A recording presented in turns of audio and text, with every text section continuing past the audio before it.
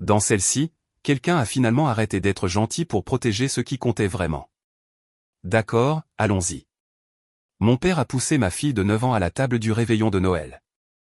Cette chaise est réservée à ma vraie petite fille. Dégage. Elle a heurté le sol devant toute la famille, mais tout le monde est resté silencieux. Je n'ai pas pleuré. J'ai dit 4 mots. Ma mère a laissé tomber son verre de vin. Mon père a blêmi. Le bruit du genou de ma fille heurtant le parquet n'était pas le pire. C'était la façon dont tout le monde s'est tu. Pas le silence habituel quand quelqu'un dit on va dire les bénédicités et que tout le monde fait semblant de ne pas déjà mâcher. C'était le genre de silence qui pèse lourd, comme une couverture de plomb. Comme un verdict. Je m'appelle Léa. Je suis une mère célibataire, ce qui signifie que j'ai perfectionné 2 compétences, faire semblant d'aller bien et porter beaucoup trop de choses en un seul trajet. Je pensais pouvoir gérer ma famille tant que je restais assez petite. Sourire suffisamment. M'excuser de respirer leur air.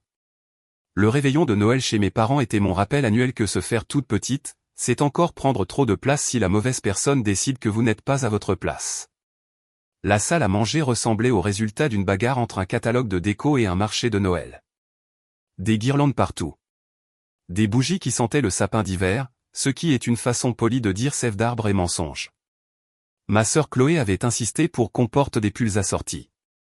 Le sien était mignon, bien sûr. Le mien me donnait l'air d'avoir perdu un pari. Ma fille Manon n'arrêtait pas de tirer sur ses manches pour couvrir ses mains parce qu'elle avait 9 ans et que le pull était fait pour un enfant que Chloé décrivait comme un petit ange. Traduction, pas ma gamine. En bout de table, mon père tenait sa cour comme il le faisait toujours, sa fourchette en guise de sceptre. Son rire était gros, fort et un peu trop satisfait de lui-même. La fille de Chloé, Lola, était perchée sur la chaise la plus proche de lui, celle que tout le monde traitait comme une terre sainte. La place qui finissait toujours avec la meilleure assiette et le premier service. La place qui, d'une certaine manière, appartenait plus à la famille que nous autres. Lola a 5 ans, des boucles blondes, de grands yeux et un talent pour obtenir ce qu'elle veut avec un simple soupir. Tout le monde l'appelle la fille à son grand-père. Comme si c'était un titre qu'on pouvait gagner. Manon observait tout cela avec le visage prudent d'une enfant qui a appris à lire l'atmosphère d'une pièce avant d'apprendre à lire des livres. Ça vous rend fier et ça vous brise le cœur exactement en même temps. L'humeur de papa avait été festive. C'est la façon la plus gentille de le dire. Il avait fait une de ces petites remarques quand je suis entré. Eh bien, regardez qui a réussi à venir, a-t-il dit, comme si j'étais arrivé à une fête où je n'étais pas invité. J'ai souri quand même. Parce que c'est ce qu'on fait quand on est dressé. Sourire. Faciliter les choses. Ne pas lui donner de raison. Puis, au dîner, il a commencé avec les blagues. Les liens du sang sont plus forts que le champagne, a-t-il dit en levant son verre vers Chloé comme s'il partageait une chute de blagues privées. Chloé a ri trop fort. Maman a ri trop doucement. Tante Valérie a ri comme si elle était payée au gloussement. Manon n'a pas ri. Elle a juste gardé ses mains jointes sur ses genoux comme si elle avait appris que le rire pouvait être utilisé contre vous. Je l'ai noté, j'ai ravalé ma salive, j'ai gardé les yeux sur ma fille. Et puis, parce que ma famille adore la tradition, nous sommes arrivés au moment où tout le monde fait semblant que c'est normal. Manon s'est levée avec son petit marque-place en papier. Chloé les avait fait avec des paillettes et tout le reste. Et elle s'est dirigée vers la table avec ce petit sourire plein d'espoir. Elle n'essayait pas de voler la couronne de qui que ce soit. Elle voulait juste s'asseoir. Elle voulait être incluse comme le font les enfants avant que le monde ne leur apprenne que l'appartenance est quelque chose qu'il faut mériter. Elle s'est approchée de la place spéciale, non pas parce qu'elle la voulait, mais parce que Chloé avait mis son carton là, ce qui est presque drôle d'une manière sombre. Comme si l'univers avait un sens du timing cruel. Papa a vu le carton, a vu la main de Manon, l'a vu sur le point de tirer la chaise, et quelque chose dans son visage a claqué. Cette chaise est pour ma vraie petite fille, a-t-il aboyé. Manon s'est figée. Le sourire est tombé de son visage si vite que c'était comme si quelqu'un avait coupé une ficelle. Dégage, a ajouté papa, comme si ma fille de 9 ans avait essayé de le voler. Et puis il l'a poussée. Pas une petite bousculade douce, pas un geste pour la faire avancer. Une poussée, la main d'un homme adulte sur l'épaule d'une enfant, la repoussant comme si elle était un problème à résoudre. Manon a trébuché. Son pied s'est pris dans le tapis. Son genou a heurté le parquet avec un bruit qui m'a retourné l'estomac. Et puis le silence. Les fourchettes se sont arrêtées en l'air. La serviette de quelqu'un est tombée. Tante Valérie a fait un petit mot. Comme si Manon avait renversé un verre, et non pas été jeté au sol. Chloé n'a pas bougé. Elle a juste regardé fixement comme si c'était une scène d'une série qu'elle n'avait pas demandé à voir, mais qu'elle pourrait quand même apprécier. Le visage de maman est devenu vide. Un vide travaillé, comme si elle s'était entraînée pour ce moment précis toute sa vie. Ma fille a levé les yeux vers moi, ne pleurant pas encore, juste confuse, comme si son cerveau n'arrivait pas à faire le calcul. Je bougeais déjà avant de réaliser que je bougeais. Je l'ai aidé à se relever. Son corps était tendu, vibrant de choc. Son genou devenait déjà rouge. Son souffle se bloquait en petits soubresauts. Ses doigts se sont agrippés à ma manche comme si elle avait besoin de quelque chose de solide. J'ai jeté un coup d'œil autour de la table. Une vingtaine de personnes, des adultes, de la famille, des témoins. Pas une seule personne ne s'est levée. Pas une seule personne n'a dit « Bon sang, qu'est-ce qui ne va pas chez toi ?» Pas une seule personne n'a tendu la main vers ma fille. Pas même ma mère. Mes oreilles bourdonnaient. Ma vision s'est rétrécie en tunnel.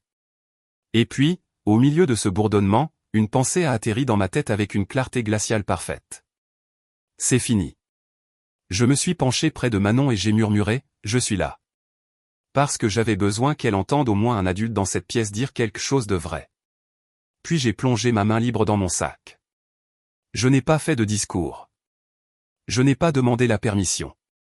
Je n'ai pas attendu que quelqu'un se fasse pousser une colonne vertébrale. J'ai sorti un dossier et je l'ai posé sur la table devant mes parents, juste entre la sauce aux érelles et le mensonge dont ils me gavaient depuis toute ma vie. J'ai regardé mon père, puis ma mère, et j'ai dit 4 mots, vous êtes officiellement assignés. Pendant une seconde, personne n'a bougé, pas même mon père. Puis sa main s'est dirigée vers le dossier comme s'il lui appartenait, de la même manière que tout le reste dans cette maison. Il l'a ouvert. Ses yeux ont scanné la première page. Ma mère tenait toujours son verre de vin, figé à mi-chemin entre la table et sa bouche, comme si le temps pouvait s'arrêter si elle ne clignait pas des yeux. Puis le visage de mon père s'est vidé de sa couleur, et le verre de vin de ma mère a glissé de ses doigts et a heurté la table avec un tintement sec et laid avant de se renverser. Mon père n'était pas pâle de colère. Pas pâle genre comment oses-tu. Pâle de reconnaissance, pâle de peur. Puis je suis sorti avec ma fille. Et derrière moi, pour la première fois de la soirée, le silence s'est brisé. Pas par du réconfort, mais par de la panique. Pour comprendre pourquoi j'avais ce dossier dans mon sac, vous devez savoir à quoi ressemblait ma vie dans cette maison. Parce que les gens adorent poser des questions comme « Pourquoi tu ne as pas juste coupé les ponts ?» Comme si la famille était un interrupteur. Comme si on pouvait juste l'éteindre et partir sans entendre leur voix dans sa tête pendant la décennie suivante. En grandissant, ma sœur Chloé était le soleil. Moi, j'étais la météo. Chloé recevait des éloges. Je recevais des corrections. Chloé avait droit à « tu es une star ». J'avais droit à « ne sois pas si sensible ». Chloé avait droit à « viens t'asseoir près de moi ». J'avais droit à « bouge, tu es dans le chemin ». Le truc préféré de papa était de dire des choses cruelles comme si c'était une blague. Comme si, s'il souriait en le disant, ça ne comptait pas où as-tu eu ces cheveux, disait-il quand j'étais adolescente. Ça doit être le facteur. Tout le monde riait de la façon dont les gens rient quand ils sont terrifiés à l'idée d'être la prochaine cible. Maman me lançait ce regard qui voulait dire « ne commence pas. N'aggrave pas les choses. Ne gâche pas le dîner. » Chloé est devenue la preuve que mon père voulait. La preuve que le mariage allait bien. La preuve qu'on ne se moquait pas de lui. La preuve qu'il était le genre d'homme qui pouvait produire une vraie fille. Je suis devenu le point d'interrogation. Mon père n'a jamais fait de test. Cela aurait nécessité d'admettre qu'il pourrait avoir tort. Bien plus facile de me punir pour le soupçon et d'appeler ça de la droiture. Et ma mère l'a laissé faire. C'est la partie que les gens ne comprennent pas tant qu'ils ne l'ont pas vécue. Un père peut être cruel parce qu'il est cruel. Une mère doit décider encore et encore de regarder cela se produire. Mon grand-père, le père de mon père, était la seule personne de ce côté qui me donnait l'impression d'être à ma place. Il n'était pas exactement chaleureux. C'était un de ces hommes de la vieille école qui pensaient que les émotions étaient pour les gens qui n'avaient pas de travail à faire. Mais il me tapotait l'épaule et disait, tu es intelligente. Ne laisse personne émousser ça. Il me glissait une carte à mon anniversaire avec un billet craquant à l'intérieur. Et disait fort à Chloé d'arrêter de dépenser de l'argent comme si c'était un hobby. Quand il est mort, la maison a changé, non pas à cause du chagrin, mais à cause de la propriété. Papa est devenu responsable de tout, papier, compte, décision. On m'a dit très nonchalamment qu'il n'y avait rien de mis de côté pour moi. C'est la phrase que maman a utilisée comme si elle parlait des restes du dîner. Il n'y a rien de prévu, a-t-elle dit, les yeux sur le comptoir de la cuisine, la voix plate, comme si elle lisait un script. Je l'ai cru, ou j'ai essayé parce que l'alternative était d'admettre que mes parents pouvaient me regarder et décider que je ne valais pas l'honnêteté. Et puis, 2 semaines avant Noël, j'ai gardé Lola, la petite fille dorée, celle qui a le siège, le premier biscuit, l'assiette spéciale. Chloé m'avait envoyé un SMS, tu peux garder Lola 1 heure? J'ai un appel pour le travail. Un appel pour le travail? Bien sûr. Chloé travaille depuis la maison de la même manière que je fais du yoga quand je m'étire pour attraper la télécommande. J'ai dit oui parce que Lola a 5 ans et qu'elle m'aime bien, de la façon dont les enfants aiment les adultes qui ne leur font pas passer d'audition pour avoir de l'affection. Aussi parce que je suis toujours infecté par cette vieille maladie familiale, peut-être que si je suis utile, ils me traiteront mieux. Chloé est partie. La maison était calme. Lola jouait avec des poupées. Je ramassais du papier cadeau parce qu'apparemment mon rôle dans cette famille est celui de l'aide, pas d'une personne. L'ordinateur portable de Chloé était fermé sur la table basse, endormi, innocent. Ce ne sont pas mes affaires. Lola, cependant, l'a vu comme un jouet brillant et interdit. Elle l'a ouvert comme si elle l'avait fait 100 fois. L'écran s'est allumé. Une boîte de mots de passe est apparue et Lola, avec ses petits doigts et son visage sérieux, a tapé le mot de passe comme si c'était son nom, comme si c'était un jeu. Je me suis figé parce que les enfants ne connaissent pas les mots de passe à moins qu'on ne les laisse faire. Je me suis approché et j'ai dit doucement, « Eh, ma puce, ce n'est pas un jouet. » J'ai tendu la main pour le fermer. Et c'est là que l'ordinateur s'est complètement réveillé. Un PDF est apparu à l'écran comme si l'ordinateur avait retenu son souffle, et juste en haut, en lettres grasses, il y avait le nom de mon grand-père. J'ai arrêté de respirer. Je me suis assise, non pas par curiosité, mais parce que mon corps a compris quelque chose avant mon cerveau. C'est important. J'ai parcouru le document rapidement et avec concentration. La façon dont on lit quand on a peur de ce qu'on va trouver, mais encore plus peur de ce qu'on soupçonne déjà. Il y avait des en-têtes, à l'allure officielle, héritage, bénéficiaire. Ma gorge s'est serrée et puis je l'ai vu. Mon nom légal complet, pas un surnom, pas Léa peut-être. Pas autre enfant.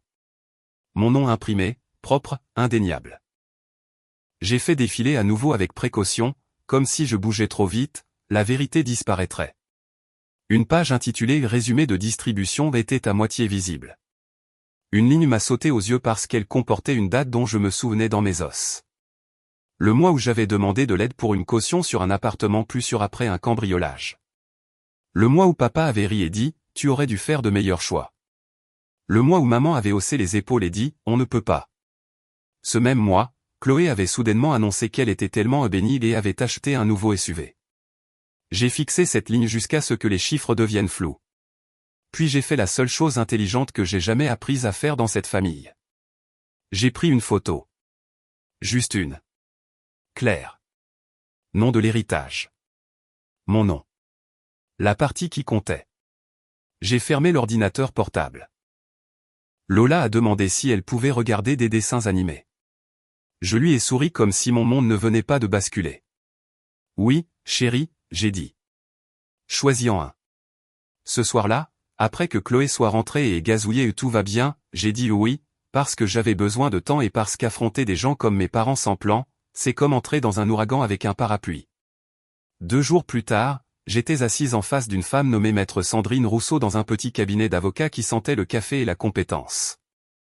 J'ai fait glisser mon téléphone sur le bureau. Maître Rousseau a étudié la photo pendant exactement 5 secondes avant que son expression ne change. Pas de choc, pas de confusion, de la reconnaissance.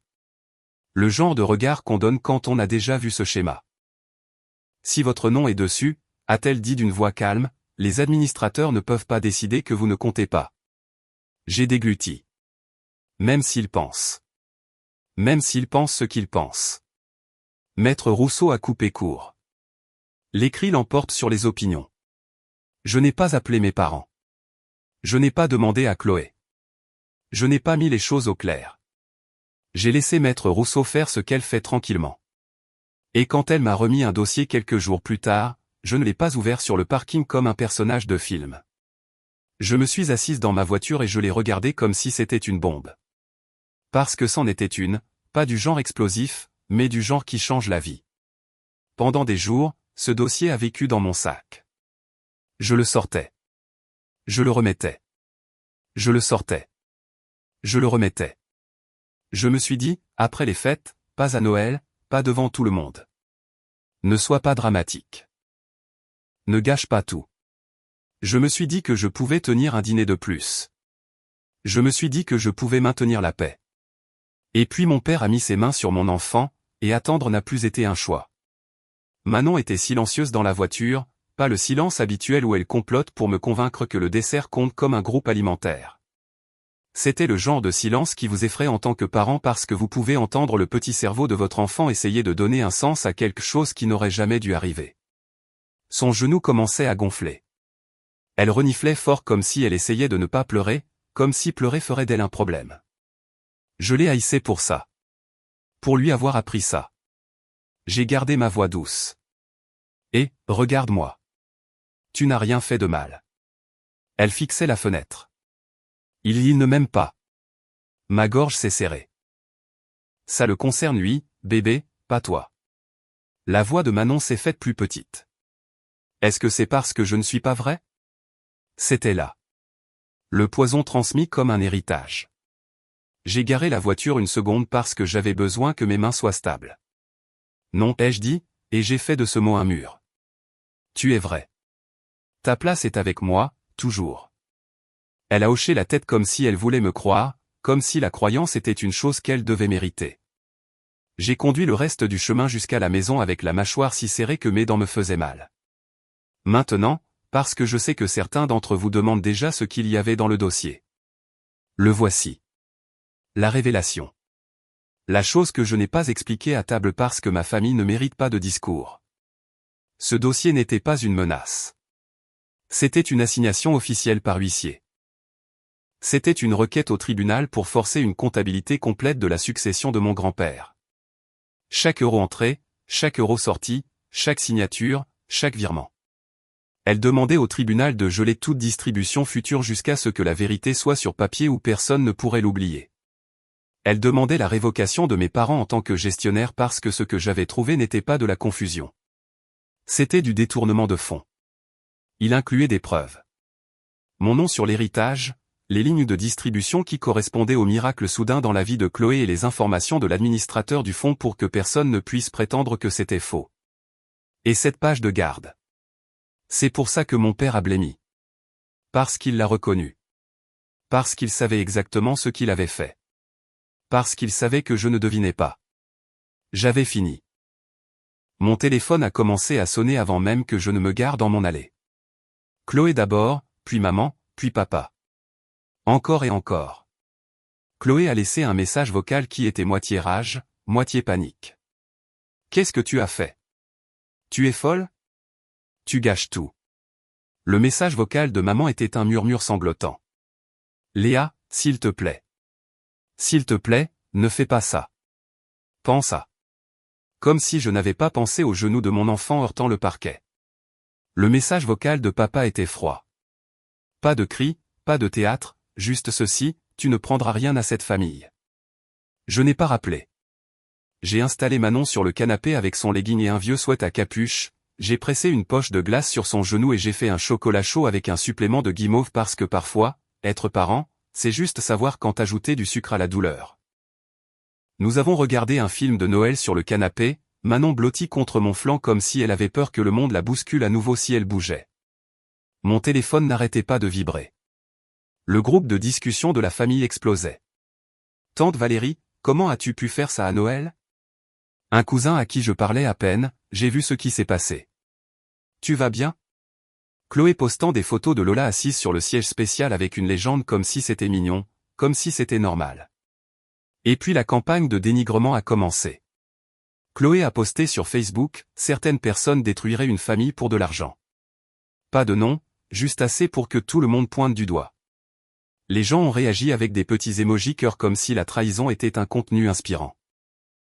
Ma tante m'a envoyé un message, tu as toujours été dramatique, Léa. Mon oncle a écrit, appelle ton père et excuse-toi. Personne n'a écrit, est-ce que Manon va bien? Cela m'a dit tout ce que j'avais besoin de savoir sur la famille que j'essayais de garder. Puis mon père a envoyé un seul SMS qui était destiné à m'effrayer pour me faire taire. Un message qui traînait dans sa poche arrière depuis toute ma vie, attendant le moment où il ferait le plus mal. Tu veux aller au tribunal? Très bien. Dis au juge pourquoi tu devrais toucher l'héritage de mon père si tu n'es même pas de moi. Mon estomac s'est retourné. Pas parce que je le croyais, mais parce que je savais ce qu'il essayait de faire. Il ne défendait pas de l'argent. Il défendait son droit de punir. Et il allait essayer d'entraîner ma fille là-dedans aussi. J'ai fixé le texto jusqu'à ce que mes mains arrêtent de trembler. Puis j'ai baissé les yeux vers Manon endormie sur le canapé et j'ai murmuré pour elle et pour moi-même, il n'a plus le droit d'écrire notre histoire. 2 jours après Noël, Maître Rousseau m'a transféré un PDF intitulé « Conclusion en réponse et demande conventionnelle ». Rien de tel que d'ouvrir sa boîte de réception et de trouver un document qui sonne comme une suite de science-fiction. Réponse 2, la revanche. J'étais debout dans ma cuisine avec mon sweat de la veille, regardant Manon manger des céréales comme si rien au monde ne s'était passé parce que c'est ce que font les enfants quand ils essaient d'être courageux. Elle avait 9 ans. Elle ne pleurait plus. Elle faisait ce truc calme où les enfants décident que les émotions sont dangereuses parce que les adultes agissent comme si elles l'étaient. Mon téléphone a vibré à nouveau. Maître Rousseau a écrit, ouvrez-le. Appelez-moi quand vous serez à la page 2. La page 2 était là où il visait ma gorge. Pas seulement les bêtises sur les vrais petits-enfants, bien que oui, c'était là, en gras comme un slogan sur un panneau publicitaire. Il demandait au tribunal de rejeter ma requête et de me sanctionner pour mauvaise foi et harcèlement. Sanctionner, comme si j'étais un chien qui s'était mal comporté. Je pouvais pratiquement entendre mon père narrer, tu vois, même le juge pense que tu es dramatique. Mon estomac est tombé si bas que j'ai dû m'appuyer sur le comptoir. Maître Rousseau a appelé avant que je puisse. A-t-elle dit, la voix calme de cette façon. Les gens sont calmes quand ils ont vu ce film et connaissent déjà la fin. Ils vont essayer de faire tourner ça autour de la question de savoir si vous êtes de la vraie famille. Ne mordez pas à l'hameçon. Ma gorge s'est serrée.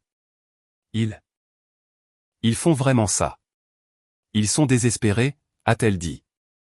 Les gens désespérés jettent du sable. J'ai dégluti. S'il dit que je ne suis pas de lui, devrions-nous faire un test? Il y a eu une pause, juste assez longue pour que ma honte essaie de remonter le long de mon cou. Puis Maître Rousseau a dit, pas pour le tribunal. Pas pour eux. Votre nom est sur l'acte de succession. Les administrateurs ne peuvent pas le réécrire sur la base de soupçons. J'ai fixé Manon, qui alignait soigneusement sa cuillère et son bol comme si elle pouvait faire se tenir le matin tranquille si elle faisait se tenir les objets. Je ne sais pas si je voulais la vérité, ai-je dit doucement. Maître Rousseau m'a fait venir cet après-midi-là. Elle a fait glisser une impression vers moi. Aperçu initial de l'administrateur du fonds, a-t-elle dit. J'ai lu la première ligne et mes oreilles sont devenues brûlantes. Capital de la succession au décès du grand-père, 450 000 €. La ligne suivante m'a fait cligner des yeux. Répartition prévue, 50% Léa et 50% Chloé. Je me suis rassise durement sur la chaise. Ma part. Ma voix s'est brisée. Je me suis raclé la gorge. Donc, 225 000 €. Maître Rousseau a hoché la tête une fois, puis elle a tapoté la ligne du bas. Solde actuel du fonds, 38 000 €. Mon cerveau a refusé de l'accepter pendant une seconde entière, comme s'il attendait que quelqu'un rie et dise « je plaisante ». Ça ne peut pas être vrai, ai-je chuchoté. Maître Rousseau n'a pas bronché. C'est vrai. Maintenant, nous montrons au tribunal comment c'est arrivé. Elle a fait glisser une page intitulée « Distribution approuvée par le gestionnaire » sur le bureau. Ce n'était pas tout le dossier, juste les points saillants.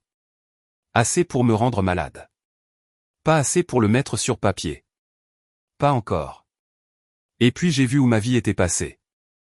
Pas d'une manière poétique, mais ligne par ligne. Nous n'avons pas passé en revue chaque transaction parce que personne n'a besoin d'un documentaire de 90 minutes sur la créativité de mes parents avec l'argent des autres. Maître Rousseau a surligné les gros montants, ceux qui racontent une histoire même si vous ne comprenez pas la finance, l'apport de Chloé, l'achat d'un véhicule, frais médicaux, éducation.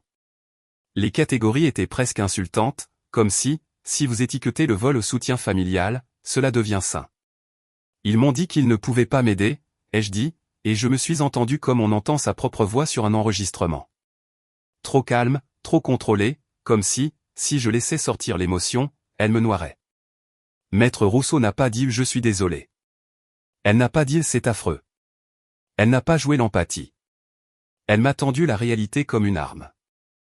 Ils ont pris l'argent qui vous était destiné, a-t-elle dit, et l'ont dépensé comme une caisse noire familiale. J'ai baissé les yeux vers mon nom surligné sur les papiers de l'héritage. Mon nom imprimé à l'encre noire et nette, comme s'il avait toujours été réel, comme s'il avait toujours été là. Et c'est là que mon téléphone a vibré avec un texto de tante Valérie. « Pourquoi fais-tu ça à ton père ?» Je l'ai fixé et j'ai vraiment ri. Un seul son sec. Parce que bien sûr, Valérie, c'est moi qui fais ça. Pas les gens qui ont déplacé des centaines de milliers d'euros comme si c'était de la petite monnaie. Cette semaine-là, Manon m'a demandé quelque chose pendant que je lui brossais les cheveux. Est-ce que je dois dire pardon? La question a atterri comme un coup de poing. Pardon pourquoi? Elle fixait son propre reflet comme si elle ne voulait pas se voir trop clairement. Parce que papy s'est fâché. J'ai posé la brosse. Non, ai-je dit, et je l'ai dit assez fermement pour que ça devienne un sol sous ses pieds. Tu ne t'excuses pas parce que quelqu'un d'autre t'a fait du mal. Ses épaules se sont détendues comme si elle avait porté cette pensée dans son sac à dos. Ce soir-là, j'ai pris une décision que j'aurais dû prendre il y a des années. Pas de visite, pas d'appel, pas de passage à l'improviste. Des limites si dures qu'on pourrait trébucher dessus. Ils ont volé mon argent. Ils n'auront pas ma fille en plus. La première audience est arrivée vite. Référé conservatoire. Gel des avoirs. Le genre de comparution au tribunal où vous ne portez pas votre tenue mignonne. Vous portez quelque chose qui dit « Je suis ici pour être prise au sérieux et je possède aussi un fer à repasser ». Maître Keller, l'avocate de mes parents, est entrée comme si elle possédait le bâtiment. Maître Keller était soignée et avait le regard vif, souriant avec ses dents mais pas avec son âme. Elle a plaidé vrais petits-enfants. Elle a plaidé l'intention. Elle a plaidé l'entente familiale. Maître Rousseau a demandé deux choses. Préserver les archives, geler les mouvements. Le juge a accordé les deux et a fixé une date limite pour le dossier complet, chaque relevé, chaque trace de virement et les approbations du gestionnaire derrière eux. La mâchoire de mon père s'est serrée. Les yeux de Chloé se sont tournés vers lui. Ma mère fixait la table. En sortant, mon père m'a finalement regardé comme s'il essayait de décider si j'étais sa fille ou son ennemi, et j'ai pensé sèchement, c'est un moment audacieux pour commencer à considérer la relation, papa. Manon était silencieuse quand je suis rentré. Pas le silence, je vais bien. L'autre genre. Le genre où une enfant essaie de décider ce que le monde vient de lui apprendre. Pendant que je préparais le dîner, elle a dit très doucement, est-ce qu'on a des ennuis? J'ai ravalé la rage comme une pierre. Non, bébé. On est en sécurité. Entre les audiences, les vraies preuves ont commencé à arriver. Pas toutes d'un coup. La paperasse arrive comme les conséquences. Régulièrement, sans pitié. Une semaine plus tard, Maître Rousseau m'a juste envoyé un message qui disait « Venez maintenant ». Je me suis assise en face d'elle à nouveau, et elle a fait glisser une page sur le bureau comme si c'était un pistolet chargé. « Regardez la colonne des approbations », a-t-elle dit. J'ai scanné vers le bas. Signature, initiale, autorisation, et puis mes yeux se sont posés dessus. La signature de ma mère. Pas une fois, plusieurs fois. Mon estomac est tombé. Je n'ai pas entendu la phrase suivante de Maître Rousseau. Je fixais juste l'encre, la courbe de l'écriture de ma mère, la façon désinvolte dont elle avait signé, comme si c'était la routine. Je pensais que c'était juste mon père. Mais elle savait. Elle savait depuis le début. Je n'ai pas pleuré. Je me sentais stable. L'audience suivante ressemblait à entrer dans une pièce où tout le monde connaît déjà le secret et vous êtes le dernier à faire semblant qu'il n'est pas là. Maître Keller a essayé une dernière fois de pivoter vers la biologie. Maître Rousseau n'a même pas cligné des yeux. Elle a fait simple. Mon nom est sur l'acte. Les gestionnaires ont des devoirs. Les signatures prouvent l'intention. Et la rumeur familiale n'est pas une défense juridique. Le juge n'a pas fait de discours. Il a rendu une décision. J'ai gagné. Ma part était de 225 000 €. Le tribunal a ordonné à mes parents de rembourser, plus les intérêts, plus mes frais juridiques, plus les pénalités. 350 000 € au total. Mon père avait l'air sidéré. Chloé s'est raidie. Ma mère n'a pas bougé du tout. Je ne me sentais pas victorieuse. Je me sentais plus légère. Pas heureuse, juste plus légère. Gagner au tribunal ne ressemble pas à un feu d'artifice. C'est comme si votre corps lâchait enfin quelque chose qu'il serrait depuis des années. Et puis vous réalisez que vous ne savez pas comment vous tenir debout sans. Quand je suis rentré, Manon était à la table en train de faire ses devoirs, la langue tirée en concentration comme si nous étions juste une famille normale un mardi. Comme si un juge ne venait pas de mettre une étiquette de prix sur la trahison de mes parents. J'ai essayé de faire le dîner. J'ai essayé d'agir comme si je ne tremblais pas. J'ai essayé d'être la version de moi-même qui croit que tourner la page est une chose réelle. Puis je suis allé dans ma chambre et j'ai vu la boîte. Petite, simple, laide. Le kit de paternité. Le petit piège de Maître Keller. Envoyé par la poste il y a des semaines comme un défi emballé dans du carton. Maître Rousseau m'avait dit fermement, n'y touchez pas. Pas pour le tribunal. Pas pour eux. Ne les laissez pas vous traîner dans la boue et appeler ça la vérité. Et je ne l'avais pas fait. J'avais laissé le papier battre la rumeur. J'avais laissé l'encre battre la cruauté, mais maintenant l'affaire était décidée, et la question était toujours là, assise comme un fil électrique sous tension. Je l'ai fixée assez longtemps pour entendre la voix de mon père dans ma tête. Vraie petite fille, vraie famille, vrai. Et puis j'ai pensé au genou de Manon sur le parquet. J'ai attrapé la boîte, non pas parce que je devais une preuve à qui que ce soit, mais parce que j'étais fatigué de porter le doute comme si c'était mon droit de naissance. À l'intérieur, tout était soigneusement arrangé. Bien sûr que ça l'était. Mon père ne voulait pas seulement avoir raison. Il voulait que l'emballage corresponde. Son échantillon était déjà inclus. Cette partie m'a presque fait rire. Pas le rire drôle. L'autre genre. Celui qu'on fait quand l'audace de quelqu'un est si engagée qu'elle en devient de l'art. Je n'ai pas lu les instructions. Je n'ai pas allumé de bougie. Je n'en ai pas fait un moment. J'ai frotté, scellé et renvoyé le tout par la poste comme si je retournais quelque chose qui n'aurait jamais dû être envoyé. Puis est venue l'attente. On pourrait penser que l'attente serait calme après le tribunal. Ce n'était pas le cas. Chaque jour, je vérifiais les mises à jour comme une habitude compulsive. Chaque jour, je me disais que ça n'avait pas d'importance. Chaque jour, ça en avait quand même. Manon continuait de traiter les choses à sa manière silencieuse. Les premières nuits, elle rôdait près de moi comme si elle se préparait à une autre bousculade de l'univers. Puis un soir, alors que je l'abordais, elle a dit très nonchalamment, « Je ne veux plus y retourner. » Pas de tremblement, pas de question. Une décision, et quelque chose dans ma poitrine s'est ouvert. Fierté, chagrin, soulagement, tout empilé ensemble. L'email est arrivé un mardi parce que la vie adore lâcher des grenades dans des journées ordinaires. Je l'ai ouvert seul à mon comptoir de cuisine, lu une fois, 2 fois, 3 fois, comme si les mots pouvaient se réorganiser en quelque chose de plus gentil. Correspondance biologique confirmée. Je suis sa fille. Mon premier sentiment n'a pas été le soulagement. C'était une fureur si propre qu'elle m'a glacé, parce que cela signifiait que le soupçon était faux et que la cruauté était quand même délibérée. Cela signifiait qu'ils auraient pu mettre fin à cela il y a des années avec un test et une once de décence. Ils ne voulaient pas de clarté. Ils voulaient un permis de nuire. Alors j'ai envoyé les résultats aux deux. Pas de long message, pas d'explication, pas d'invitation à répondre. Juste, vous avez construit toute ma vie autour d'un mensonge. Voici la vérité.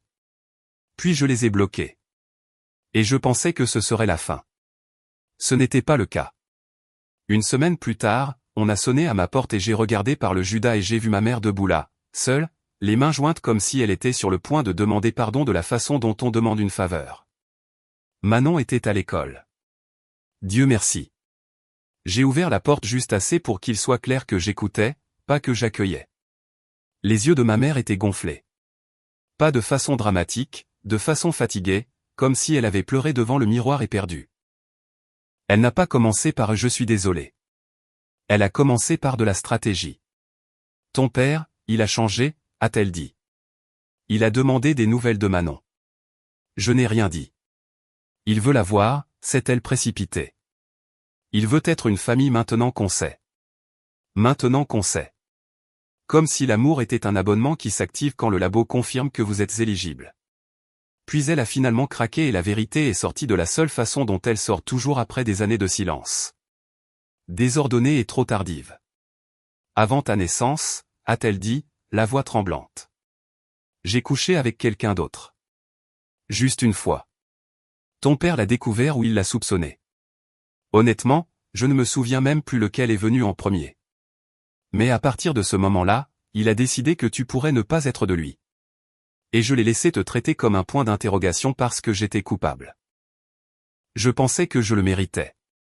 Et d'une certaine manière, c'est toi qui as fini par payer pour ça à la place. Je pensais faire ce que je devais faire. Elle a continué. Et maintenant? Maintenant on peut arranger ça. On peut. J'ai attendu qu'elle finisse. Puis j'ai dit doucement, non. Son visage s'est tendu comme si elle ne comprenait pas la langue, alors j'ai été clair. Ça n'aurait pas dû avoir d'importance. Je lui ai dit, tu étais ma mère, que je sois de lui ou non, et tu l'as choisi lui quand même. Elle a essayé de parler. Je ne l'ai pas laissé faire. Mon père n'a pas droit à Manon maintenant parce qu'un test dit vrai, point. J'ai dit, tu n'as pas le droit de revenir parce que l'histoire est redevenue confortable. Je lui ai dit que la seule chose avec laquelle elle repartait était le savoir qu'elle avait eu tort. Puis j'ai fermé la porte. Ce soir-là, Manon m'a demandé, stable et petite, on ne retourne pas là-bas, hein. Je me suis assise à côté d'elle sur le canapé, assez près pour qu'elle n'ait pas à être courageuse toute seule. Non, ai-je dit. On n'y retourne pas. Et cette fois, ce n'était pas une promesse. C'était une limite. 4 mois plus tard, l'argent est arrivé sur mon compte. La totalité. Ils ont vendu la maison. La maison. Celle qu'ils possédaient entièrement. Celle que mon père appelait son héritage. Il s'avère que l'héritage ne signifie pas grand-chose quand un juge ordonne une restitution, des intérêts et des frais. Et qu'il n'y a nulle part ailleurs où piocher. La vente a tout couvert. Chaque euro qui a été pris. Chaque euro que le tribunal a ajouté par-dessus. Quand le virement est passé, je n'ai pas pleuré. Je n'ai pas célébré. J'ai payé ce dont j'avais besoin pour assurer l'avenir de Manon et j'ai fermé la porte sur le reste. Ils sont fauchés maintenant. Pas fauchés genre on doit faire un budget. Fauchés genre ils ont dû déménager plus petit, emprunter, se taire. Le genre de fauché où les proches arrêtent d'appeler et les excuses ne fonctionnent plus. Nous n'avons plus aucun contact. Pas du genre dramatique. Du genre paisible. Manon rit plus. Elle fait ses nuits. Elle ne demande plus ce qui est vrai. Elle sait où est sa place. Je ne tressaille pas quand mon téléphone vibre. Je ne me crispe pas aux fêtes de fin d'année. Notre vie est plus petite et d'une certaine manière tellement plus grande. Ils ont perdu leur argent. Ils ont perdu leur histoire. Ils ont perdu le contrôle. Et j'ai récupéré ma vie.